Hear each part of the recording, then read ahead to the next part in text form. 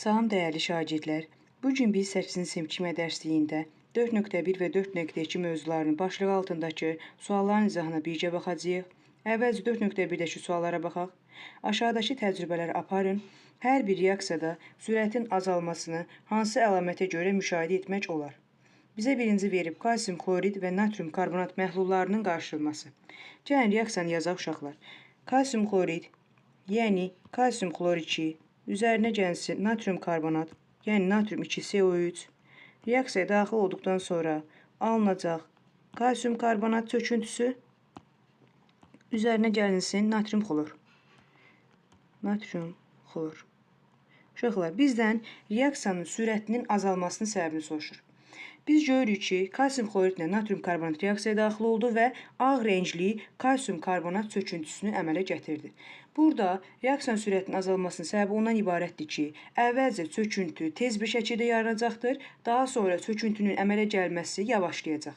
Çöküntünün əmələ gəlməsi zəiflədiyinə görə də reaksiyanın sürəti də azalmağa başlayacaq. Daha sonra bizə verib sink sulfat məhluluna maqnezium parçasının daxil edilməsi. Gəlin reaksiyanı yazaq. Sink sulfat, yəni sink SO4 üzərinə gəlsin maqnezium.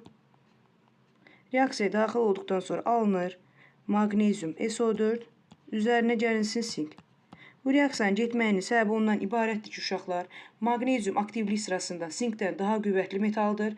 Daha qüvvətli metal olduğu üçün sinki sıxışdırıb çıxara bilir. Maqnezium özü də tədricən həll olur və vaxt keçdikcə metalın ayrılması daha zəif şəkildə görünür.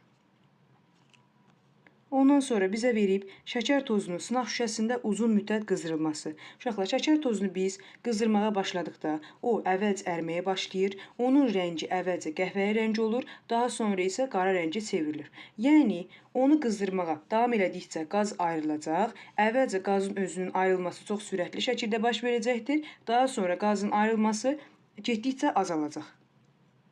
Öyrəndiklərinizi yoxlayına baxaq. Verilmiş hadisələr zamanı baş verən reaksiyaları onların sürətlərinin artma sırası ilə düzün. Gəlin bir-bir yazaq. Bizə birinci verib çiğ yumurtanın qaynayan suda bişirilməsi. Uşaqlar, çiğ yumurtanın bişməsi 1. Təxminən 7-8 dəqiqədə baş verir. 7-8 dəqiqə. İkincidə bizə verib meyvənin çürüməsi. Meyvənin çürüməsi uşaqlar 2-3 gün ərzində baş verir. 2-3 gün yaza bilərik. Üçüncüdə bizə verib metan qazının yanması. Uşaqlar, evdə yandırdığımız qazı görürük ki, neyinir? Həmin saniyə yanır. Deməli, ən sürətli zaten baş verən budur. Həmin saniyə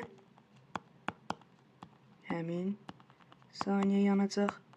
Daha sonra dördüncüdə bizə veribdir dəmir əşyanın paslanması. Bir əşyanın paslanması uşaqlar 1 ilə baş verə bilər. 1 il. Beşincidə verib kəsilmiş almanın qaralması. Almanın da qaralması uşaqlar neçə dəqiqəyə baş verə bilər?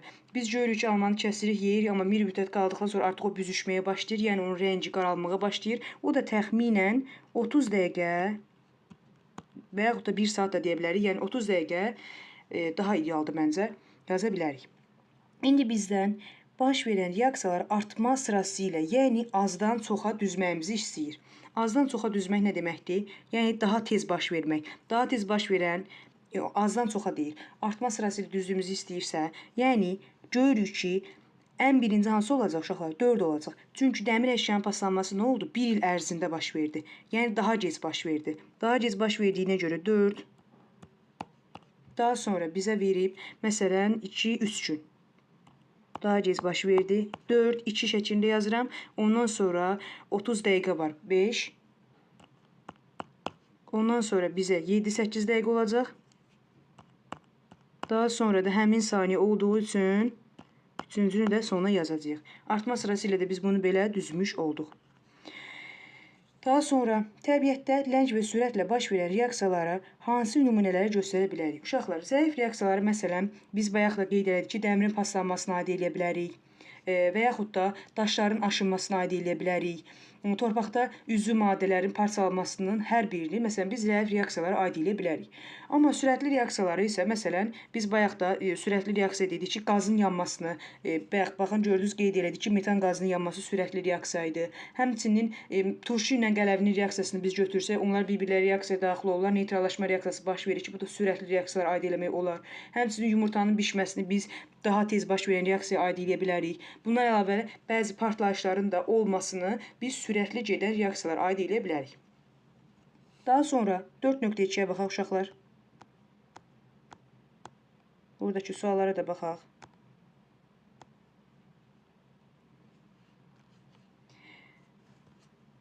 Dəmirin duru xlorid turşusu ilə reaksiyasından ayrılan hidrogen qazının həcmi cədvəldə verildiyi kimidir.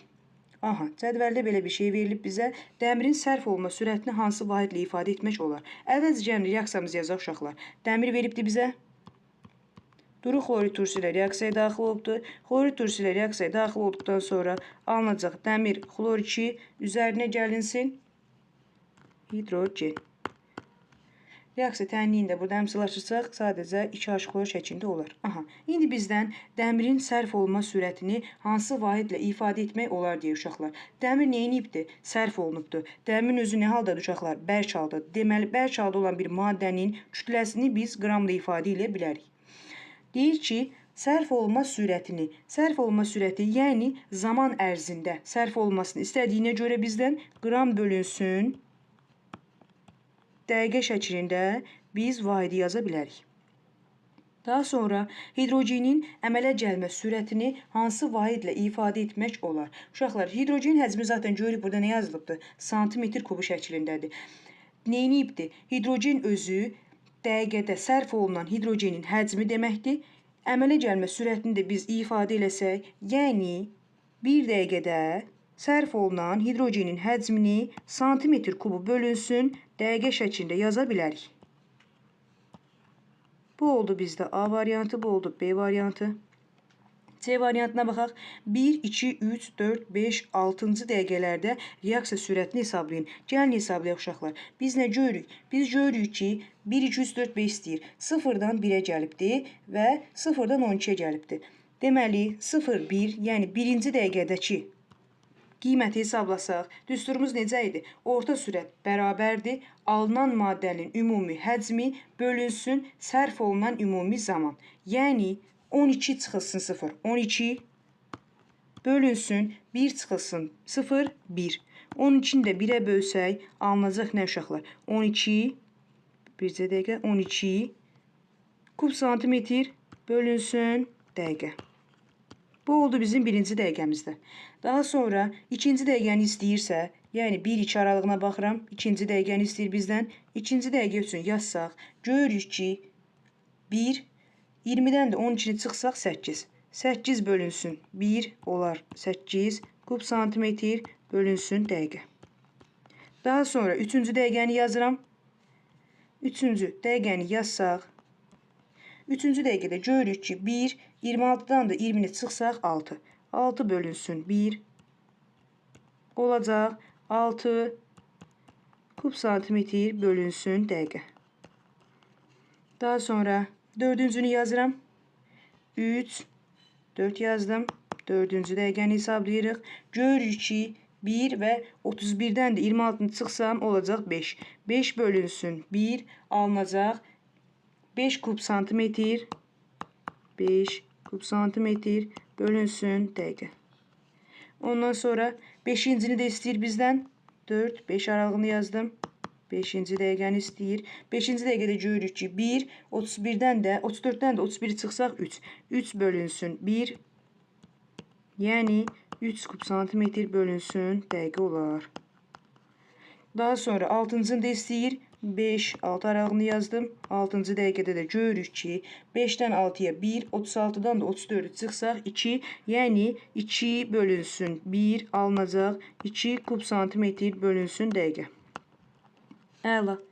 Bununla da bu hissəni yazdıq. Bizdən reaksiya sürətini istəyirdi. Sürətlərini hesabladıq. İndi D variantına baxaq. D variantında nə deyir? Hansı zaman aralığında reaksiya daha sürətli baş vermişdir? Uşaqlar, biz nə gördük? Biz gördük ki, baxın, Bunları müqayisə eləsək, uşaqlar, görürük ki, 0-1 dəqiqə aralığında olan reaksiya daha sürətlidir. Çünki 12 kub santimetr bölünsün dəqiqə alınıbdır. Bizdən hansı zaman aralığını istədiyi üçün deyirsə, D variantında yazacağıq ki, 0-1 dəqiqə zaman aralığı daha sürətli baş verib. Daha sonra reaksiyanın hidrogenə görə orta sürətini hesablayın. Hidrogenə görə orta sürətini hesablayaq uşaqlar. Biz nə görürük? Biz görürük ki, reaksiya özü neçənci dəqiqədə dayanıb? Baxın, 6-cı dəqiqədə 36 olub, 7-ci dəqiqədə 36 olub, 8-ci dəqiqədə 36 olub. Deməli, reaksiyanın özü 6-cı dəqiqədə dayanıb. 6-cı dəqiqədə əmələ gələn hidrogen həcmi nə qədərdir uşaqlar? 36-dır. Deməli, biz reaksiyanı hidrogenin orta sürətinə görə hesablasaq, 36 orta sürət bərabərdir. 36 bölünsün 6 alınacaq 6 kub santimetr bölünsün dəqiqə. Daha sonra F-ə baxaq. Hansı zaman aralığında reaksiya sürəti onun orta sürəti ilə üst-üstə düşəcək? Onun orta sürəti ilə üst-üstə düşür. Yəni 6 kub santimetr almalıdır uşaqlar. Biz indi buradan görürük ki, hansı zaman aralığında üst-üstə düşüb? Baxın, 2-3 dəqiqə zaman aralığında da 6 kub santimetr bölünsün dəqiqə alınıbdır. Və biz hidrogenin də orta sürətini 6 kub santimetr bölünsün dəqiqə aldıq. Deməli, hansı zaman aralığında üst-üstə düşməyini deyirsə, orada da yazacağıq ki, 2-3 dəqiqə zaman aralığında üst-üstə düşəcək. Daha sonra öyrəndiklərinizi yoxlayına baxaq. Kalsium karbonat üzərinə gəlsin 2H xlor, kalsium xlor üzərinə gəlsin CO2, üzərinə gəlsin su. Verilmiş reaksiyanı söz tənliyi ilə ifadə edin. Gəlin ifadə eləyək uşaqlar. Söz tənliyi belə olacaq. Baxın. Kalsium karbonat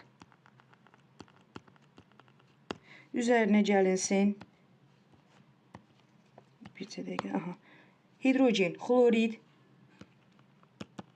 Hidrogen xlorid alınacaq, reaksiya nəticəsində də alınacaq. Kalsium xlorid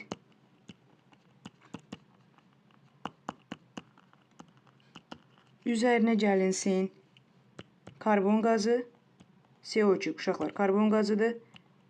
Üzərinə gəlinsin su. Söz tənliyini ifadə elədik. Reaksiyanın sürətini 5 yolla necə hesablamaq olar? Uşaqlar, 5 yolla nə deməkdir? Bu dərsin içərisində də qeyd olunub. Yəni, baxın, 5 yol nə deməkdir? Biz görürük ki, zaten 2 maddə reaksiyaya daxil olubdur, 3 maddə reaksiyadan alınıbdır. Biz indi bunu belə ifadə edə bilərik. 1 dəqiqədə sərf olunan kalsium karbonatın miqdarına görə, 1 dəqiqədə sərf olunan hidrogen xloridin miqdarına görə, baxın, sərf olundu bunlar. 1 dəqiqədə alınan kalsium xloridin miqdarına görə, 1 dəqiqədə alınan CO2-nin, yəni karbon qazının həcminə görə, miqdarına görə, 1 dəqiqədə alınan əmələ gələn suyun həcminə görə. Burada da suyun həcminə görə. Yəni, bunlar neynədir? Kalsium karbonatla hidrogen xlorid sərf olundu. Kalsium xlorid, karbon qazı və su əmələ gəldi. Ona görə də onları biz 1 dəqiqə ərzində əmələ gələn və yaxud da sərf olunan şəklində qeyd edə bilərik. İkinciyə də baxaq. Dəmir üzərinə gəlsin H2SO4, Ferium SO4 üzərinə gəlsin H2. Reaksiyada dəmirin sərf olunma sürətini hansı vahid ilə ifadə etmək olar? Hansı vahid ilə ifadə etmək olar uşaqlar? Dəmir özü nədir? 5 maddədir. 5 maddə olduğu üçün dəmirin özünü biz neyirdik? Qramla ifadə edirdik. Və sərf olunma sürətini dediyinə görə dəmir sərf olunur. 5 halda olduğu üçün o da 1 dəqiqədə sərf olunacaq. Yəni, dəqiqədə sərf olunan dəmirin miqdarı onun sərf olma sürətini göstərəcək. Buradan da doğru cavabımız olacaq C variantı. İzahımız ümid edirəm ki, aydın oldu uşaqlar. Aydın olmayan hissələri R bölməsində qeyd eləsək sevinərəm. Gələcək mövzuların izahında görüşənə qədər.